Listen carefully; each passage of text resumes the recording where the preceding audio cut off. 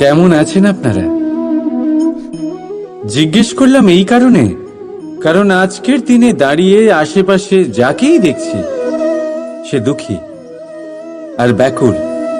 সে ভাবে সংসারে সব থেকে বেশি দুঃখ শুধু তার জীবনেই আছে, সব থেকে বেশি সমস্যা তার জীবনেই আছে। সংসারে এমন কেউ নেই যার জীবনে কোনো সমস্যা নেই, আর সংসারে এমন কোনো সমস্যা নেই যেটার সমাধান মানুষের কাছে নেই।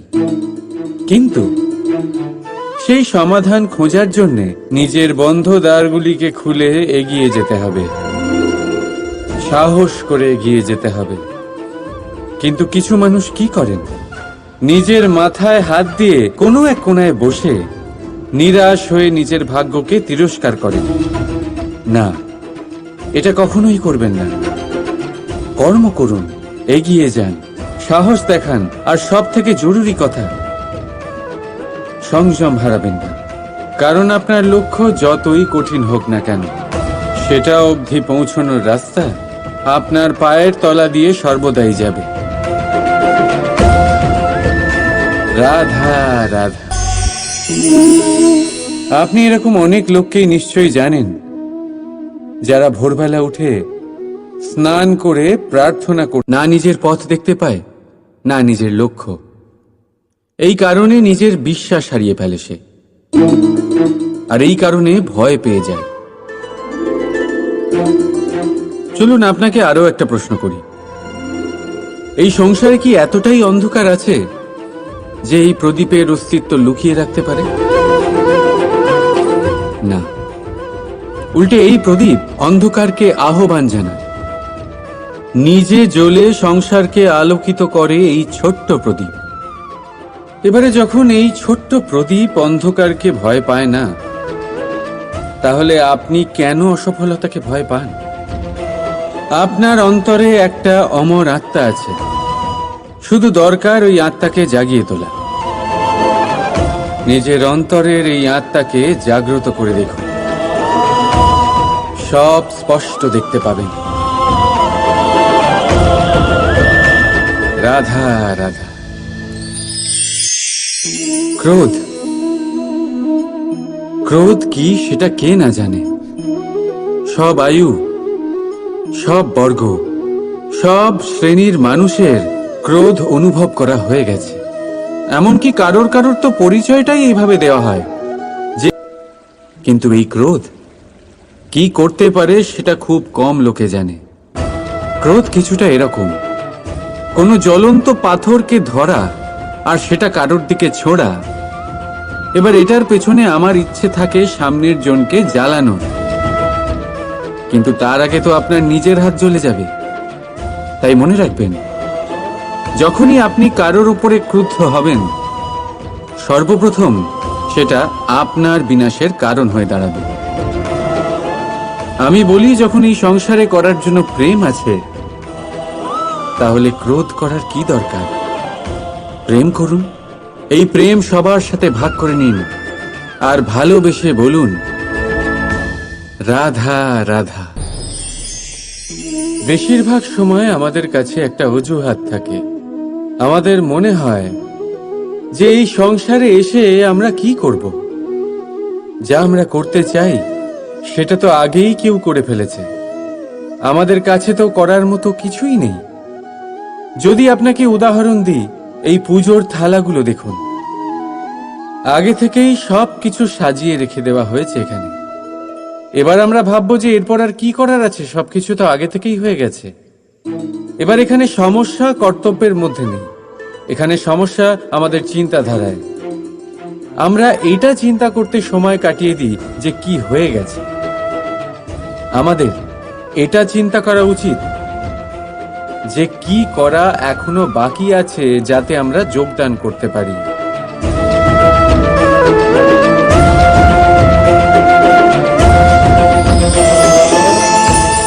বুঝলেন, সংসারে এমন কোনো কাজ নেই যা শেষ হয়ে গেছে। আপনারা সবাই সেটাকে এগিয়ে নিয়ে যাওয়ার প্রয়াস করতে পারেন। আপনি সেই কাজকে আরো ভালো করে তুলতে পারেন। শুধু দরকার হলো ধন্যাত্মক চিন্তা ভাবনা। রাধা রাধা। अस्तु मा सद्गमे तमसो मा ज्योतिर्गमे মৃত্যুর্মা মৃতম গমে।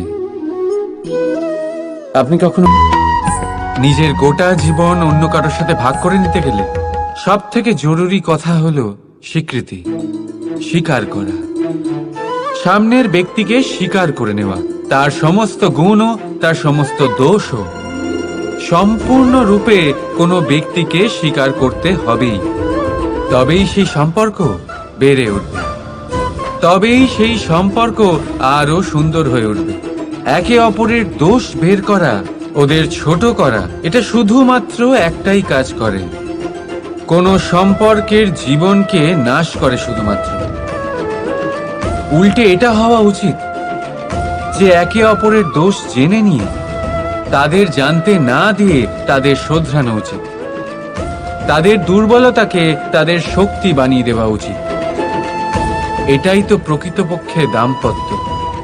এটাই হলো খারাপের দমন, আর এটাই হলো গুণের উদয়। রাধা রাধা। সম্মান, সম্পর্ক, এই দুই একে অপরের সাথে এমন ভাবে জড়িয়ে যেমন প্রদীপ আর শিখা। কেউ কম নয়, কেউ বেশিও নয়। দুজনের অধিকার সমান হওয়া উচিত, যেমন স্বামী স্ত্রীর সম্পর্ক। এবার এখানে স্বামীর অর্থ স্বামী নয়, বরং সাথী। তার কর্তব্য হলো সাথে থাকা, আদেশ দেওয়া নয়। আর এই সম্পর্ক সহযোগিতার দ্বারা তৈরি হয়, অধিকার দিয়ে নয়। হাত বাড়ালে এটা বেড়ে ওঠে, আঙুল তুললে নয়। যদি এই সম্পর্কে একে অপরের মান রক্ষা করো, একে অপরকে সম্মান করো, তবেই এই সম্পর্ক বেড়ে উঠবে, তবেই এই সম্পর্ক অভিমানযোগ্য তৈরি হবে। রাধা রাধা। প্রেম, প্রেম কি তা সকলে জানে। সামান্য রূপে এই প্রেম আকর্ষণ দিয়ে শুরু হয়, আর এর মধ্যে খারাপ কিছুই নেই। গুরুত্বপূর্ণ কথা হলো এটাই যে এই প্রেমের লক্ষ্য কি। যাকে আপনি প্রেম করেছেন তাকে পাওয়া, নাকি না পাওয়ার জন্যে নিজেকে বিচলিত করে সংসার থেকে মুখ ফিরিয়ে নেওয়া। যদি কেউ এই দুই বিকল্পের মধ্যে একটাকে বেছে নেয়, তাহলে আপনাকে বলে দিই, এই দুটোই প্রেমের অন্ত। প্রেমের আসল অর্থ হলো সমর্পণ, সম্পূর্ণ নিঃস্বার্থ সমর্পণ। এমন প্রেম যাতে যার সাথে আপনি প্রেম করেছেন তাকে পাওয়ার প্রসন্নতা আপনার লক্ষ্য নয়, যাকে প্রেম করেছেন তাকে প্রসন্ন করাই আপনার লক্ষ্য হোক। এই প্রেম ঈশ্বর। কিন্তু যদি এই প্রেমে সম্পূর্ণরূপে সমর্পিত না হন, তাহলে এই প্রেমের কাঠামো তৈরি করতে পারবেন না। কিন্তু যদি এই প্রেমে নিজেকে পুরোপুরিভাবে সমর্পিত করতে পারেন, তাহলে বুঝে যাবেন এই প্রেমে আপনি ঈশ্বর পেয়েছেন। রাধা রাধা। প্রেম, এই প্রেম এই সংসারে কে না করেছে। প্রত্যেকে প্রেম অনুভব করেছে, প্রত্যেকে জানে এই প্রেম কতটা সুন্দর। কেন নয়? এই প্রেমের অনুভূতি এই সংসারে সব থেকে শক্তিশালী। এবার প্রত্যেক শক্তির সাথে আসে কিছু দায়িত্ব। এবার যখনই এই দায়িত্ব আমাদের জীবনে আসে, আমরা সর্বপ্রথম প্রেম ভুলে যাই। আর আমাদের এই প্রেম বোঝা বলে মনে হয়। কিন্তু এই সংসারের সত্য তো এটাই যে প্রত্যেক প্রসন্নতা পেতে গেলে দায়িত্ব তো অবশ্যই আসবে, যা আমাদের পালন করতেই হবে। এবার যদি আমি আপনাকে উদাহরণ দিই, আপনার বাগানে আপনি চান একটা অত্যন্ত সুন্দর পুষ্পে ভরা বৃক্ষ জন্ম নিক, তাহলে সর্বপ্রথম তার জন্য আপনাকে জল আর রোদের আয়োজন করতে হবে। তার শিকড়ে যাতে পোকা না ধরে তা আপনাকে সুনিশ্চিত করতে হবে। সেটার আশেপাশে গজানো আগাছা আপনাকে সরিয়ে দিতে হবে। আর তারপরেই আপনার বাগানে সেই সুন্দর পুষ্পে ভরা বৃক্ষ জন্মাবে, তাই তো? ঠিক এমনই হয় এই প্রেমও। সর্বপ্রথম আপনাকে এর মধ্যে সমর্পণের সার জল দিতে হবে। অবিশ্বাস আর সন্দেহ, এই দুই আগাছা আপনাকে পরিষ্কার করতে হবে। আর বিশ্বাসের সেই শিকড় কখনো যাতে দুর্বল না হয় সেটা আপনাকে সুনিশ্চিত করতে হবে।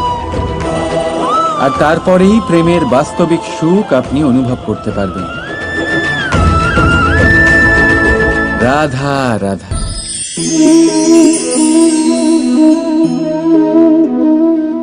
কাঁকড় এতই ছোট যে আঙুলের মাঝে ধরা যায়, কিন্তু ভাবুন যে এই কাঁকড় যদি আপনার চোখে চলে যায় তাহলে কত বড় সমস্যা হয়ে দাঁড়াবে। এবারে ভাবুন এই কাঁকড় যদি আপনার পথে থাকে, আপনি পাদুকা পরে বড়ই সহজে হেঁটে চলে যেতে পারবেন। কিন্তু যদি এই কাঁকড় আপনার পা আর পাদুকার মাঝে আটকে যায় তাহলে আপনি ঠিক করে চলতে পারবেন না, যতই সেই পথে ফুল ছড়ানো থাকুক না কেন। তার মানে আপনি বাইরের সমস্যা এবং প্রতিকূলতার সাথে লড়তে পারবেন, ভেতরের নয়। ভেতরের সমস্যার সাথে লড়াই করা ভীষণ কঠিন। সেই জন্য সবার আগে ভেতর থেকে আপনি শক্তিশালী হয়ে উঠুন, ভেতর থেকে পরিপূর্ণ হয়ে উঠুন। তবেই আপনি সংসারের সমস্ত সমস্যার সাথে লড়াই করতে পারবেন, আপনি বিজয়ীও হতে পারবেন। রাধা রাধা। ভুল সবার দ্বারাই হয়, সুযোগও সবাই পায়। সকলের জীবনে অসফলতা অবশ্যই থাকে, সকলেই খারাপ দিনের সম্মুখীন হয়। কিন্তু এই সমস্ত কথা ভুলে গিয়ে যখন জীবনে আগে এগোবেন, তখনই তো এই সংসারে এই আকাশে সূর্য হয়ে উজ্জ্বল হয়ে উঠবেন, তখনই তো এই সংসারকে আলোকিত করবেন। তাই প্রতিদিন জেগে উঠুন এক নতুন জন্মের সাথে, এক নতুন উৎসাহের সাথে, এক নতুন লক্ষ্য নিয়ে। কারণ ঘটে যাওয়া ঘটনা আপনাকে কষ্ট দেওয়ার জন্য নয়, শুধুমাত্র শিক্ষা দেওয়ার জন্য হয়। রাধা রাধা। মানুষের মধ্যে একটা বিশেষত্ব আছে, আর তা হলো সে সর্বদাই ভাবে যে সে সবার মধ্যে শ্রেষ্ঠ। সর্বদা সর্বশ্রেষ্ঠ কাজ করতে চায় সে, সর্বশ্রেষ্ঠ পরিণাম পেতে চায় সে সর্বদাই চায় যে সব জায়গায় সে যশ পাক। কিন্তু যখন প্রশ্ন ওঠে প্রেমের, তখন প্রেম মানুষের থেকে অনেক উচ্চ স্থানে বিরাজ করে। প্রেমে যে মানুষকে আপনি ভালোবাসেন, সেই মানুষের প্রসন্নতা আপনি সর্বশ্রেষ্ঠর থেকেও শ্রেষ্ঠ মনে করেন। সেই ব্যক্তির কাছে হেরে গেলে মনে তিক্ততা নয়, ঠোঁটের কোণে হাসি আসে। যাকে আপনি ভালোবাসেন তাকে হারিয়ে যদি আপনি জেতেন, তবে সেটা জিত নয়, এটা সবচেয়ে বড় হার। তাই সিদ্ধান্ত আপনার। আপনি কি চান? আপনি কি চান প্রেমের জয় হোক, নাকি আপনি চান আপনার জয় হোক? রাধা রাধা। প্রদীপ, এই প্রদীপকে জ্বালানোর জন্য কিসের প্রয়োজন হয়? সলতে, ঘি, আগুন, ব্যাস? না, আসলে বাস্তব রূপে সত্যি এটাই যে এটা জ্বালানোর জন্য বায়ুর প্রয়োজন হয়। বায়ু জানা শুধুমাত্র আমাদের প্রাণদান করে, বরং এই আগুন জ্বালাতেও আমাদের সাহায্য করে। এবারে দেখুন,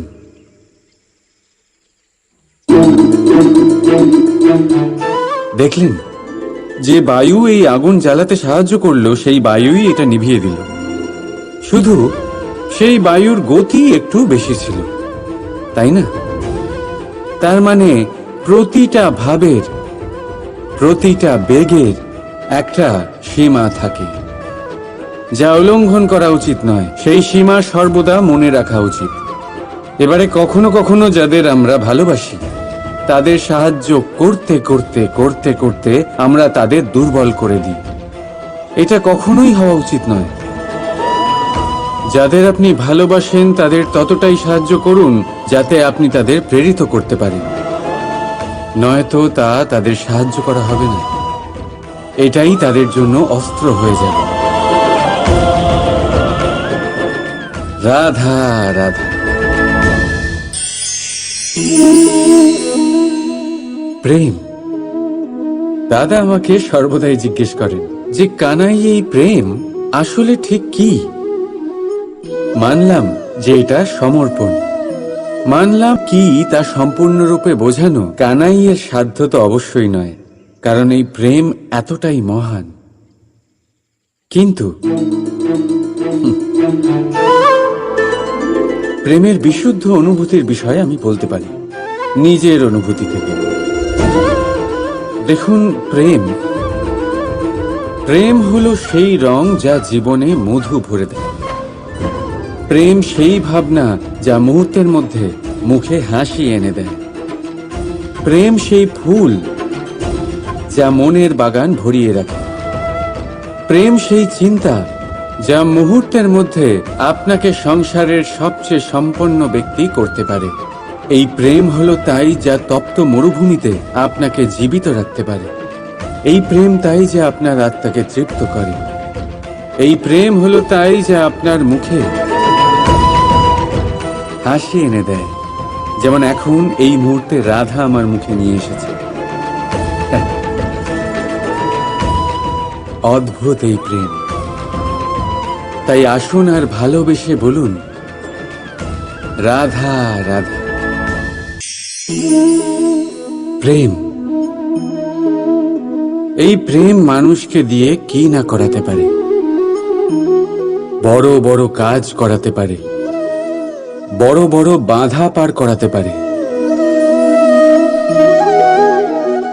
চাইলে মরুভূমিতে কুয়ো খোঁড়াতে পারে, পর্বত পার করাতে পারে, প্রতিটা অসম্ভব কার্য সম্ভব করাতে পারে।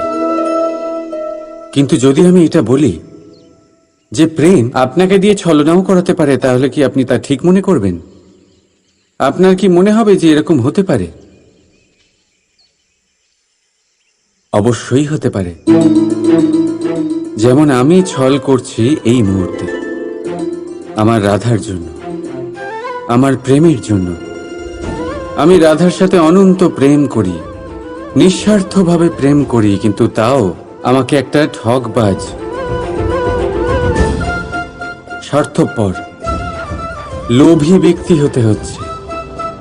এই ছলনা আমাকে করতে হচ্ছে আমার প্রেমের জন্য। এবারে আপনারা আমাকে বলবেন যে কেন কৃষ্ণ এসব করার কি দরকার?